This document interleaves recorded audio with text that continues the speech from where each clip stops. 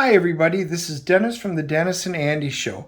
I'm going to do a full review of Maniac of New York, issues 3 and 4 from Aftershock Comics.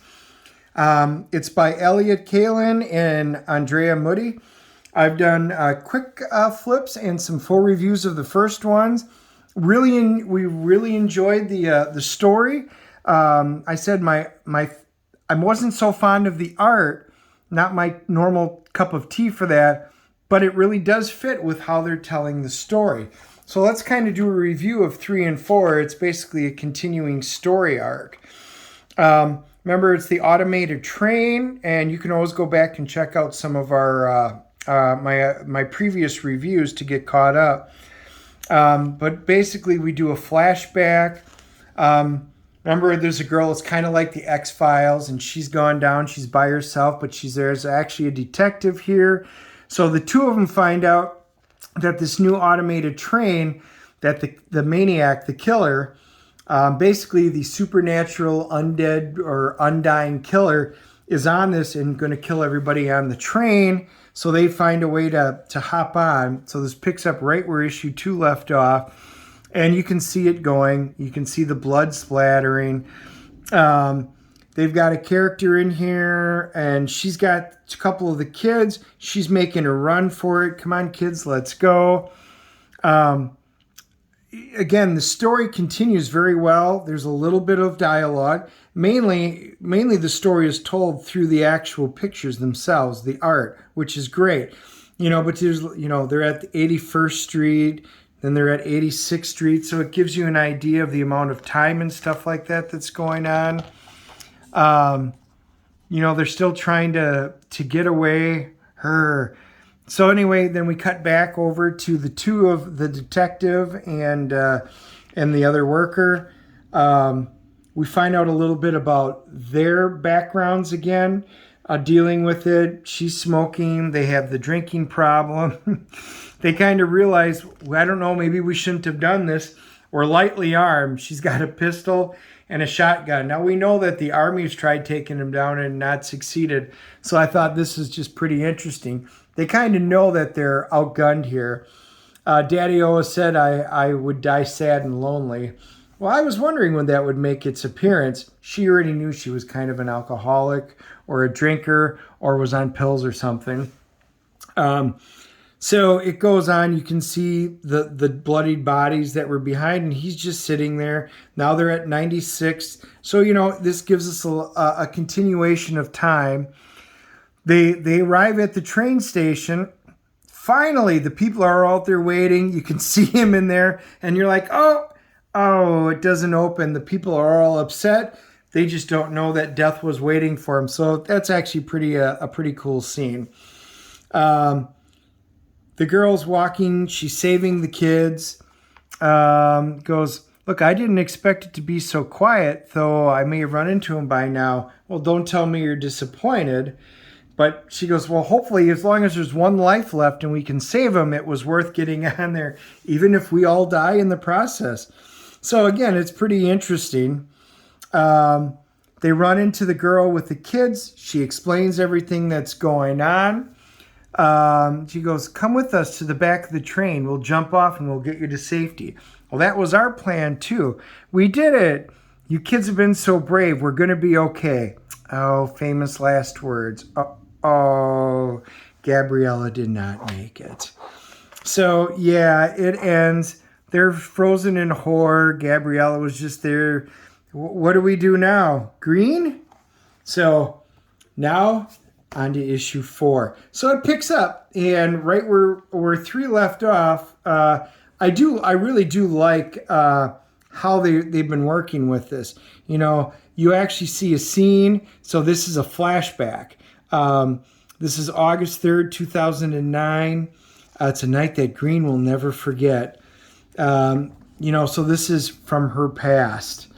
And it's really cool. You can see him going to town, doing the usual thing. She's hiding. This is very much like a Friday the 13th, Halloween type movie. The chase scenes reminds me of being out at Camp Crystal Lake. So they open fire on it. Come back to present time. They open fire. You can see the bits flying off. Again, the art shows it. There's still blood just flying all over it. Yep, now we have to run. They grab the kids. She's like, yeah, no shit. Move, move. They're going to try and hold the door. He goes, I have another idea. I hope so. Please don't swear in front of the children. Seriously? This is great. There's a little bit of humor and stuff in here. They made it. That's right. It's me. So you can see he swings. She goes, that's right. Me. Zelda, save the kids. I'm not leaving you. Leave me. I'm dead. Clang. It gets caught up in there. And he's like, her? He says her a lot. He's stuck. That's our chance. I need to see us through. I need to stop him. You're crazy. Maybe. Give me your lighter. Then go. So basically it's stuck in there. So you would think that's pretty easy. And he just basically rips it apart. So it makes me wonder, is he really smart? Or is he really is more like a zombie where it's just instinct that drives him? She takes a drink. Come on, what are you afraid of? She's drinking it. She's got the lighter. What are you waiting for? And she does something that many of us have done in our childhood. We take highly flammable alcohol in our mouth, light it on fire because, you know, we've seen that done in the circus. So why not? Arr. So there's fire. Arr. Arr. Lots of harrs. Great. Under the sea. So he's on fire running. This is the first time I actually kind of questioned it. So he goes running off. Let's just kind of go back. Thank you for riding New York's first all-automated train. So fire causes him to run away. My first thought of that is, well, they've literally given up trying to kill him. Chances are they've had flamethrowers or something on him. So I'm a little confused as to how this is all going to work out. So hopefully they kind of explain it. She's all upset. You disobeyed direct orders. You let the maniac loose. You wrecked my train. What were you thinking? No, don't talk. I don't want to hear it. This is all on you. But it wasn't, you know, typical. This is the way they're portraying it.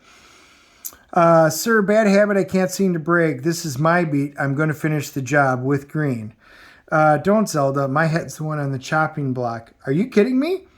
No better punishment I can imagine than keeping you on this shit job if you want it. Because again, they're not expecting this task force to do anything. It's just basically a placate seat. She actually gets in front of the camera, takes full responsibility in public for it. We've got no leads on the relatives, anything.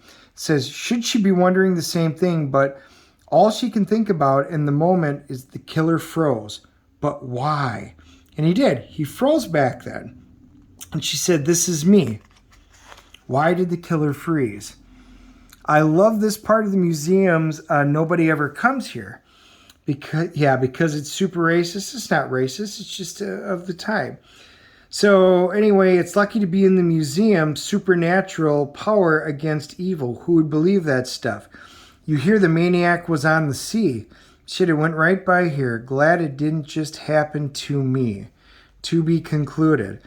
So I like where that went. They're implying some stuff in here. So I do like it. They also give us a little preview of another book that's coming out of my body, which we will see. I'm going to wait till that one comes out before I figure out if I'm going to pick it up or not. All in all, I did. I think this is a good, if you like the horror kind of storylines, you kind of like the hack slash stories, this has driven it very well. I've enjoyed what they've done with it. Again, the art's not my favorite, but it fits in well enough with this. I'm giving this a 7.5 as a story so far. I really want to see where this goes and where they're going to take it, because they could take this a number of different ways. So I'd be very curious as to the direction that this is going to take and finish it. So now that we see that, another mask, I want to know, is there something supernatural? What's causing this? So I'm hoping they explain it, but it's to the point where I want to know more. So I hope you enjoyed this. I want everybody to hit the like button and subscribe so you can see the reviews. Please leave your comments below or get in touch with me. Leave me your thoughts. What did you like? What didn't you like? Let's have conversations about this. So many different opinions out there. I love to hear from y'all. We will talk to you soon. Bye.